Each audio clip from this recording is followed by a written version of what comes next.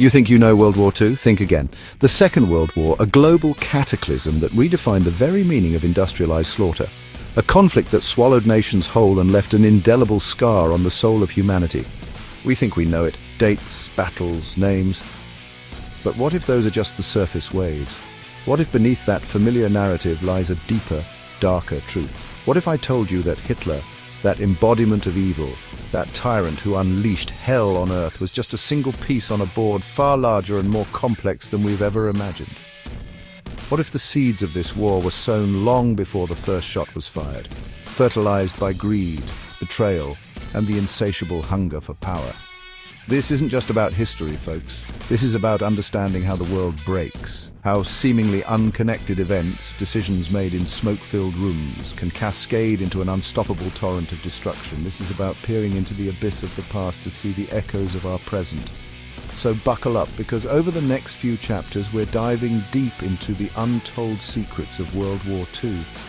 We're going to unearth the hidden machinations, the backroom deals, the corporate greed, and the political maneuvering that set the stage for the deadliest conflict in human history.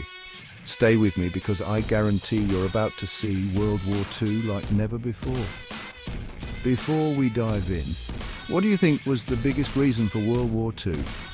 Drop a comment and let's see who gets it right.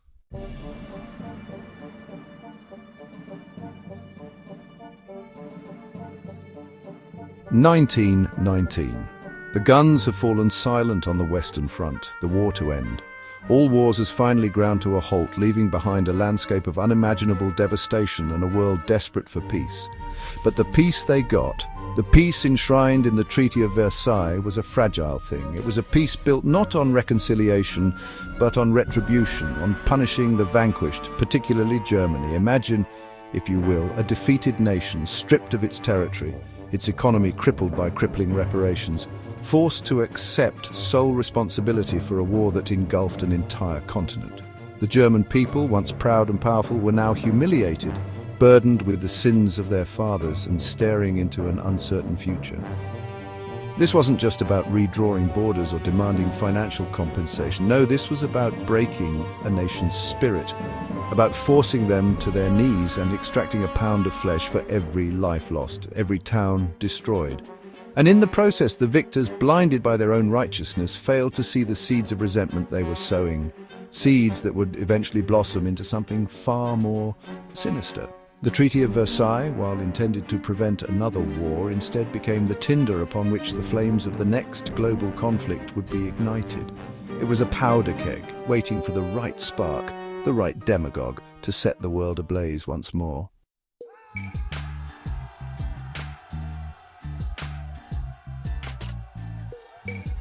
We often think of the rise of Nazi Germany as a purely internal affair, a product of German grievances and ambitions. But what if I told you that some of America's most iconic corporations, companies whose products we still use today, played a crucial role in Hitler's ascent to power? It's an uncomfortable truth. But the fact is, throughout the 1930s, while the Nazis were consolidating their grip on Germany, American businesses, driven by profit and a chilling disregard for the bigger picture, were busy making deals with the devil. These weren't small-time operations either. We're talking about industrial giants like IBM, whose punch-card technology helped the Nazis track and exterminate millions during the Holocaust. Ford, under the leadership of Henry Ford, a notorious anti-Semite, provided logistical support to the Nazi war machine. And Coca-Cola, eager to keep its German operations afloat, even created a special drink, Fanta, specifically for the Nazi market. These companies, blinded by greed and a belief that they were somehow immune to the political realities of Nazi Germany, helped to fuel the very monster that would eventually plunge the world into war.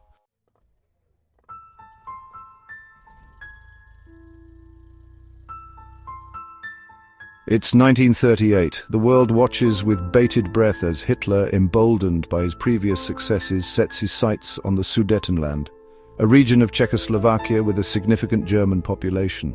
The echoes of the Great War, the war to end all wars, still resonate, a haunting reminder of the devastation conflict brings. But Are we on the precipice of another global conflagration?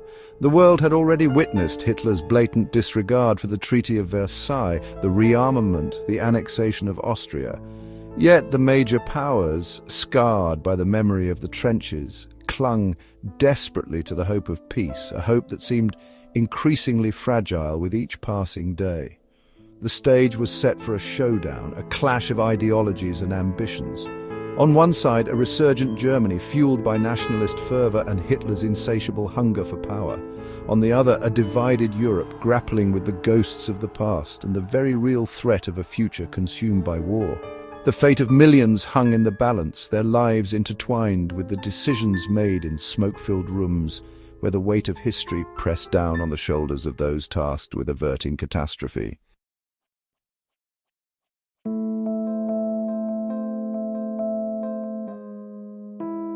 The world watched in stunned disbelief as the seemingly impossible unfolded.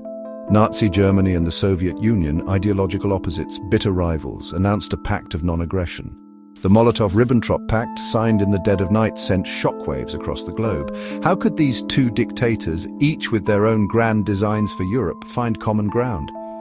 The answer, as is often the case in the cynical world of geopolitics, lay in a shared lust for power and a mutual distrust of the West.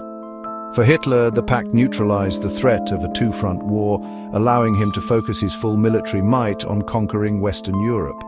For Stalin, it bought him valuable time to rebuild the Soviet military, still reeling from his purges, and expand his own territory at the expense of Poland and the Baltic states.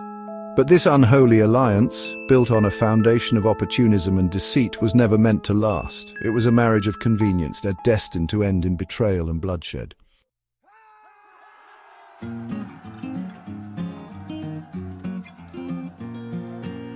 The year is 1941. The world is at war, consumed by a conflict of unimaginable ferocity.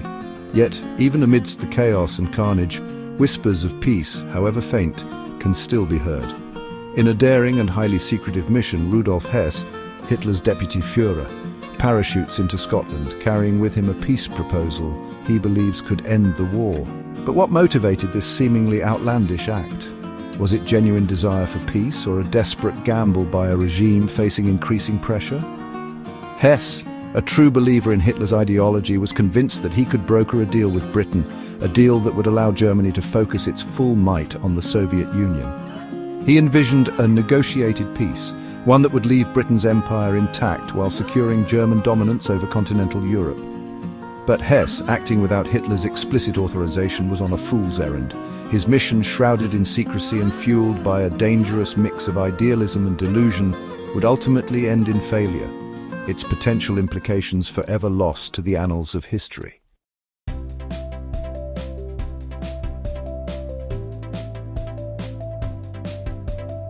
Stalingrad. Even the name evokes images of brutal primal conflict, a city reduced to rubble, a landscape sculpted by artillery and soaked in blood.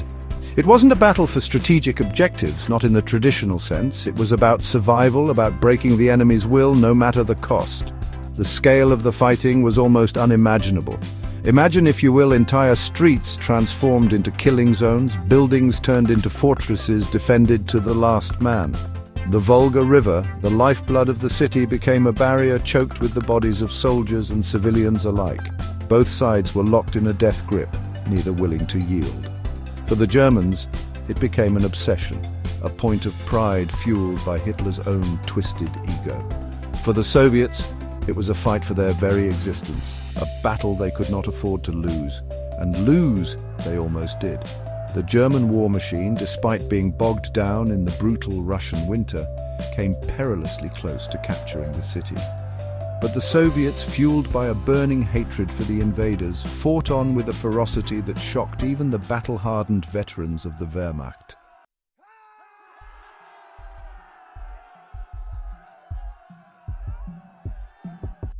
As the tide of war turned against Nazi Germany, a sense of desperation began to grip the upper echelons of power. The once vaunted Wehrmacht was being pushed back on all fronts, and the Allied bombing campaign was reducing German cities to rubble. Faced with the prospect of inevitable defeat, Hitler turned to his scientists and engineers, demanding they deliver a miracle.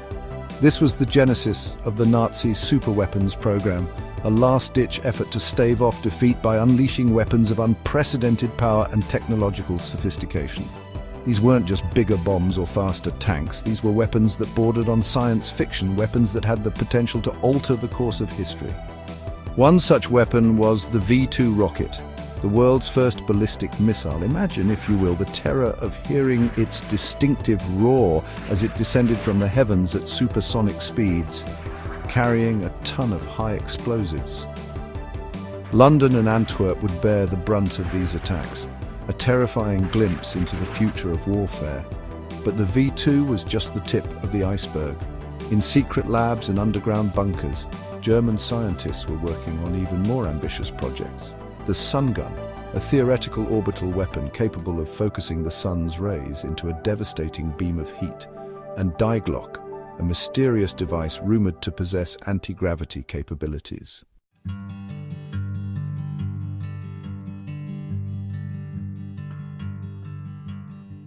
World War II was full of insane, hidden stories that completely change how we see history. But now I want to hear from you. What's the most shocking World War II fact you've ever heard? Drop it in the comments. Like this video if you learned something new. Subscribe for more mind-blowing history that textbooks won't teach you.